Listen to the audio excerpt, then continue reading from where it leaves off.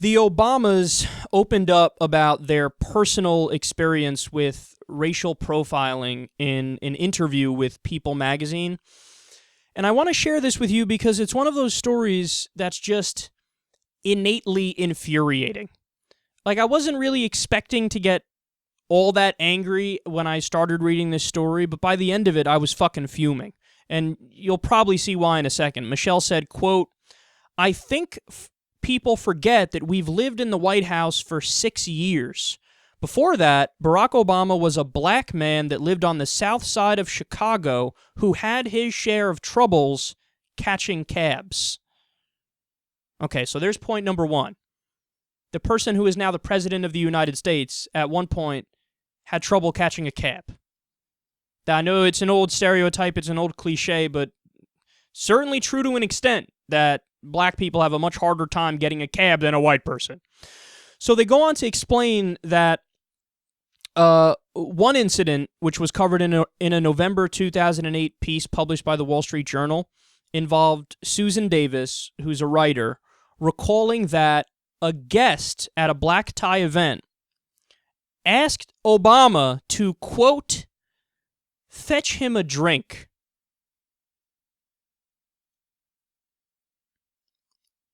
Wow. This was, I should be clear about this was back in 2003, and in the November 2008 piece, Susan Davis was talking about that event that she was at where she saw this unfold. Think about that, man. I'm sure we've all been to one fancy event or another at some point in our lives, even if it's just some sort of, I don't know, small gathering, but it's at some sort of private country club or some shit like that. And you know the environment, you know what the feeling is in there. It's like, it's got this fake proper aura to it, right? Where you feel like you walk into the room and you could feel the fucking hierarchy and you could feel the money around you. Like, there's something about it that's really gross. And Obama went in there. You remember, he's a professional. He goes in there and they just assume he's a waiter. Fetch me a drink, why don't you? Could you imagine what he felt like at that point in time? Could you imagine what he felt like? Look, he's a better man than me. I'm going to tell you right now. If I was if I was a black man, I think there's zero doubt that I would be even more hardline than Malcolm X. I mean, fuck, I'm almost more hardline than Malcolm X right now, and I'm a white dude.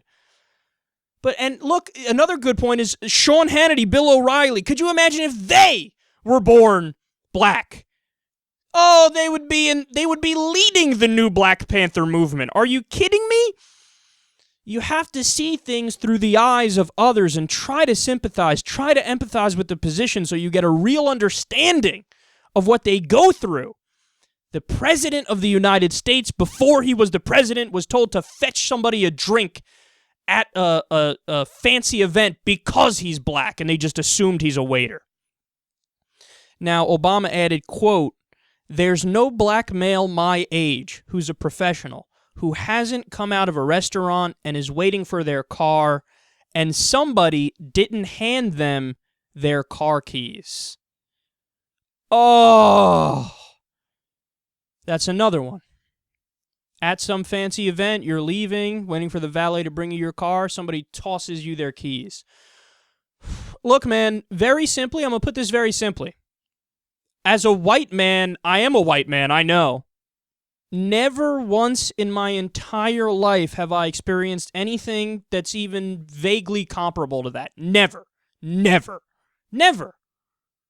All you got to do is put a shirt on like I'm wearing right now and a jacket on like I'm wearing right now, and the default assumption from everybody in the fucking room is that guy probably has power. I should be nice to him.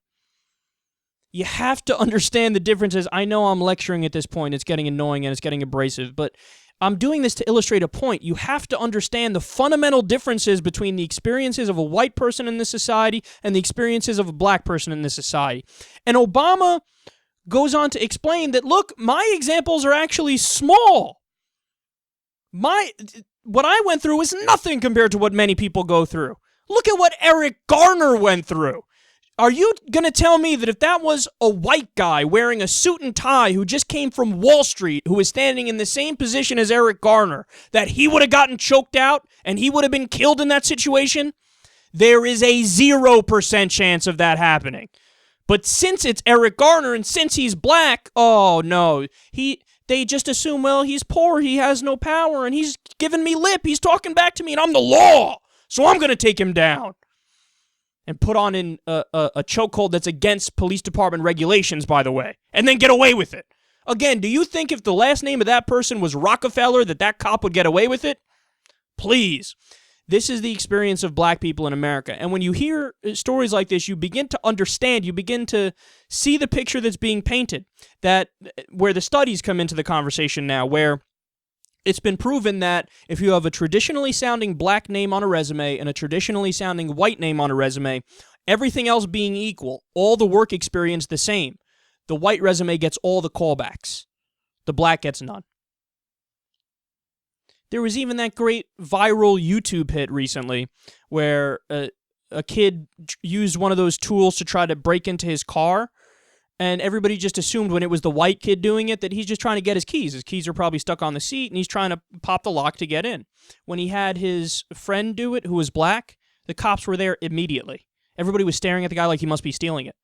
Again, white person does the same thing as a black person. The assumptions are different. See, this is the point. Racism does not always manifest itself in the Bull Connor fashion.